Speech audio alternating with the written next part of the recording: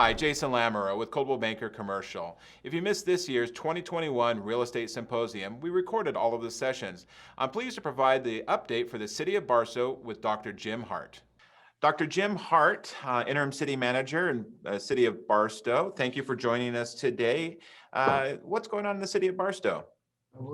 First of all, thank you, Jason, and I'm really happy to hear of all the development in Atlanta. As you know, I spent some time there trying to help bring that about, and I think, Jesse, you've done a great job at improving things in Atlanta, so thank you very much. Barstow is a city that's beginning to also experience some of the development growth that's occurring. We've got a Raising Cane's that's going to be coming and opening up fairly soon. It'll be sometime in April and May, which is great. We have the American Quartz operation that has moved into one of our industrial areas. This is a large manufacturing company that makes quartz countertops and distributes it throughout the world, actually. And so we're excited to have them. They've had some challenges getting some things online, mostly due to lack of employees.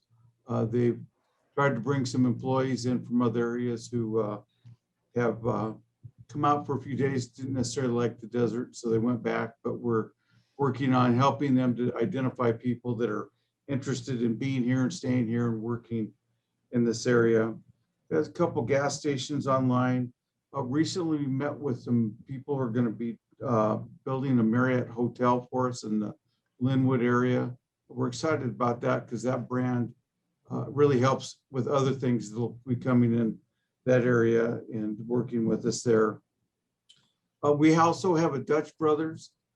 So Doug, if you just put a sign at yours that says go to Barstow, it's less weight. That'd be really helpful for us.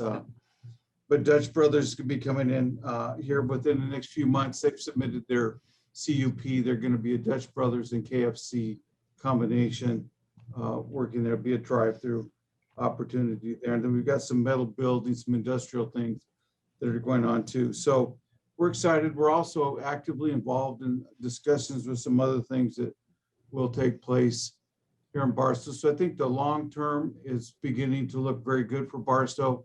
We're looking at some development I think be really good for us. So we're excited about that. And that's pretty much the stuff that's happening right now in Barstow. Well, thank you. Thank you very much for the update. Exciting growth, even during a challenging year. So I'm glad to hear. How's the City of Barstow, and what infrastructure and capital improvements do we have planned for the future? And we have some positive things. I'd like to thank Keith for taking care of Amethyst to 395. That'll save the alignment costs over the years. We've got a really exciting project that we're working on here. It's called the First Avenue Bridge Project. Those of you that have been here, maybe gone out to Silver Spurs or some of the areas toward Fort Irwin, you'll know if you go over the bridge, it's being held together with dowels and other forms of support, but it's going to be done. It's about a $60 million project.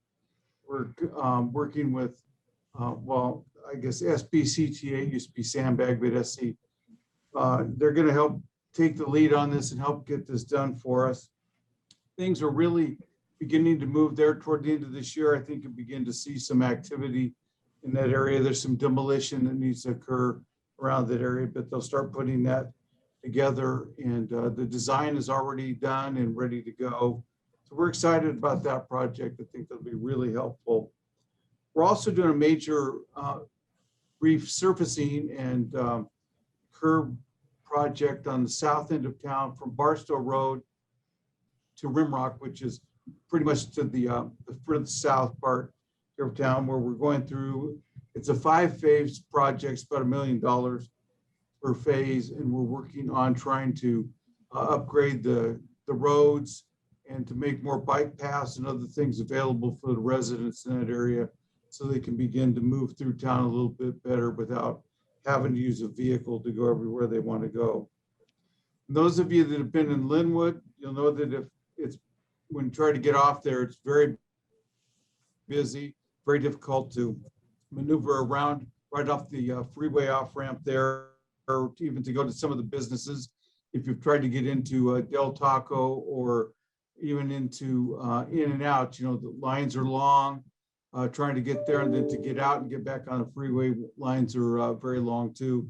So we have a project where we'll be widening those areas and making it more easily accessible for people to move around in that area and to enjoy what's there in Linwood along the way. So those are the major capital projects that we're working on right now in Barstow. Great. And glad to hear about the First Street Bridge, not only growing up in Barstow, but learning to drive in Barstow. That bridge has outlasted its capacity, I think even in the 80s.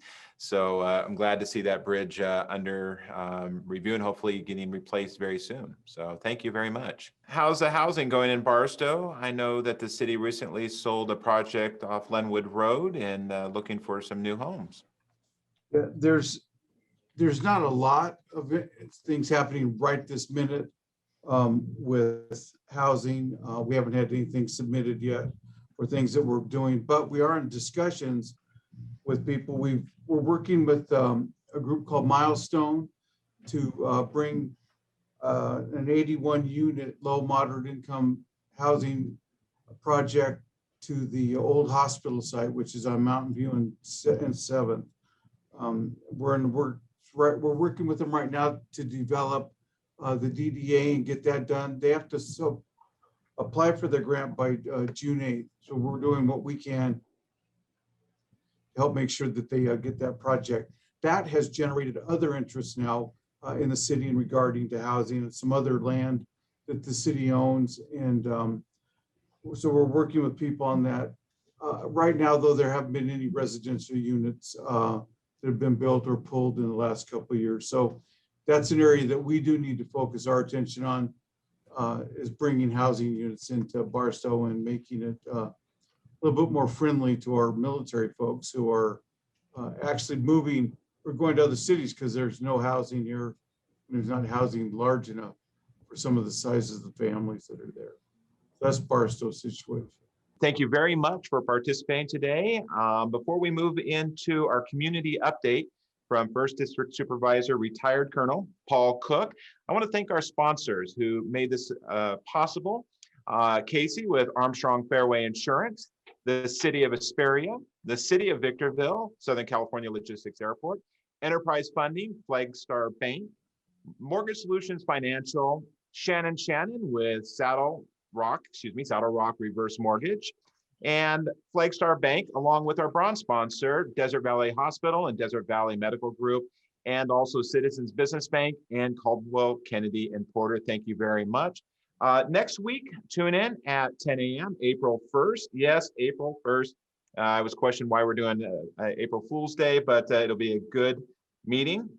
We have Brightline West. We have a panel, Greta Seidman, Director of Public Affairs, and Adrian Scher, EVP of Rail Infrastructure, who will join us, give us an update on the high-speed rail, and also 2 community updates from U.S. Congressman Jay Obernolte and California Assemblyman Thurston Smith. We look forward to their updates. And also state of real estate in the high desert, both commercial and residential, with Bob Basin, Terry Sines, and myself from Coldwell Banker Commercial, and Chris Lamoureux with Coldwell Banker Home Source providing a real estate update. And with that, thank you for tuning in. We're going to go ahead and play the community update from Paul Cook. Thank you very much. I want to tell you a few things that are going on in the county, and I hope all the high desert realtors are having a great symposiums. I love symposiums. As long as they don't have to talk. But no, seriously. There's a number of things that are going on, and I'm going to give you quick and dirty on some of these so you know what's going on. One of them is not in my district per se, but I think in the future it might be, and I used to represent it, and that's Barstow. And this is the North 1st Avenue Bridge over the BNSF Railroad. We're working with Barstow, Burlington North Santa Fe Railroad. This bridge was built in the 1930s, and it's really, really dangerous. And so hopefully we can get this done. I was trying to get some federal money that we might be able to use. And just recently, I don't know if you heard about it, but out in Ludlow, there was a huge train derailment. So some of these things are going to affect the areas, and I wanted to mention that one. Okay, speaking of trains, the Bright Line connection in Las Vegas. This is high-speed rail. I think it can work. I've talked to a number of folks. It's going to be from Las Vegas to Los Angeles, but because of trying to get the permitting and everything like that, the interim connection might be from Las Vegas to Victorville, and then we're going over to the follow the 18, parallel the 18 to the Metrolink and come down through that area as opposed to coming right along next to the I-15 into Los Angeles. That's going to be great. We got a lot of hiccups on it, but we're working on it, and I think we might be able to get it done. The project, 260 miles, and 30% of the design phase is complete. We're not there yet, and where we're going to go and everything like that is going to be a challenge. The other one, Mountain Pass Mine, the corporation is MP Materials. I've been fighting this battle for years. It's in my district. It's the only integrated rare earth mining and processing site in North America. And they're going to expand operations using a combined heat and power plant that will eliminate the old diesel-based equipment, which is a big, big thing with the environmentalists. I have some issues, national security, in that right now they outsource it to China. So I can't believe we're doing this. We need these things for airplanes, defense, this and that. And we've been giving it to China. Anyway, no comment on that. But I've really been supportive. We got language written back when I was in Congress to some of the areas. So hopefully we got our fingers crossed on that. The Redlands Passenger Rail Project. This is intended to advance regional transportation, connecting San Bernardino residents to businesses, services, and I'm pretty sure it was connecting to the college out there at Cal State, one of my alma maters. So, and that was part of the reason years ago I was supporting this big time. This is City of San Bernardino to Redlands, and it's going to be transportation and hopefully maybe buses, autos, integrated transportation network. This is supposed to open in 2022. I don't know if we're going to make that, but optimistic. Another one which is really, really exciting, I think, a tunnel connection to Ontario. And this kind of shocked me a little bit. But SAMBAG, or San Bernardino County Transportation Authority, the board of directors, we gave the agency the approval, and they're in the contract negotiations with Boring company, Boring, like in previous Paul Cook speeches, Boring, for the construction of a tunnel connection from Rancho Cucamonga Metrolink to Ontario Airport. Now, the beauty of this is going to be a 4-mile tunnel underground, surface stations. You come up, and believe it or not, some of the technology on that, it's cheaper when you use a tunnel than all the permits and everything like that. So we're kind of excited about that. We'll have, as I said, this is supposed to be completed in 2025. And I think you got a whole new area of transportation, sometimes, particularly in the LA area, even our own county, where you're trying to get the permits. It's easier to have a tunnel and go underneath. So we're going to follow this. There'll be more updates. I got the West Valley Connector Project. This is 100% zero emission bus rapid transits. First stage of the zero emission bus initiative, and this is the bus rapid transit system in the country. This is our second one again. Included as phase one is 21 stations, connect to Ontario International Airport, 2 Metrolink stations, various recreational destinations such as Ontario Mills and Victoria Gardens. I try to keep my wife out of there so she doesn't spend too much money, so she's not going to have access to that. Anyway, the project is currently in the design phase and is anticipated again 2025.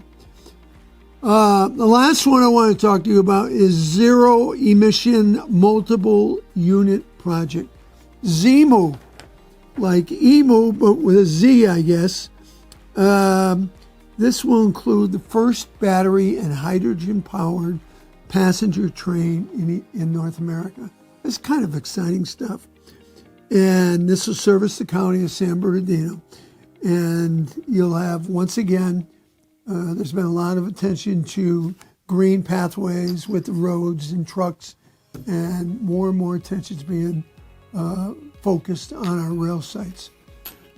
It's in the planning stage, and simply because of the nature of it, and I'm talking about green projects, right now you're going to be able to get money for some of those things.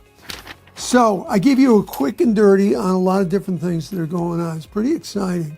And I'm not going to promise you and say, oh yeah, they're all going to be completed. But I'm very, very optimistic that we can get something that'll help us with transportation and with some of the traffic problems we have, and the technology on some of these things that's here. We got to follow through, and you got to keep plugging. So I'm very optimistic about this, and hopefully this will improve the whole area in terms of the issues that you guys and gals deal with. So I'm going to let you guys get back to your symposium, and you can tell your lies. I'm always free to talk to you. And the realtors have been supporting me for years, and I can't thank you enough. But I believe in growth. I believe in doing it right. And some of these mechanisms, which I've outlined, I think will enable us to do it. So I'll be talking to you again, and I hope this helped a little bit. Thank you. Everybody stay safe, particularly your families. Bye-bye.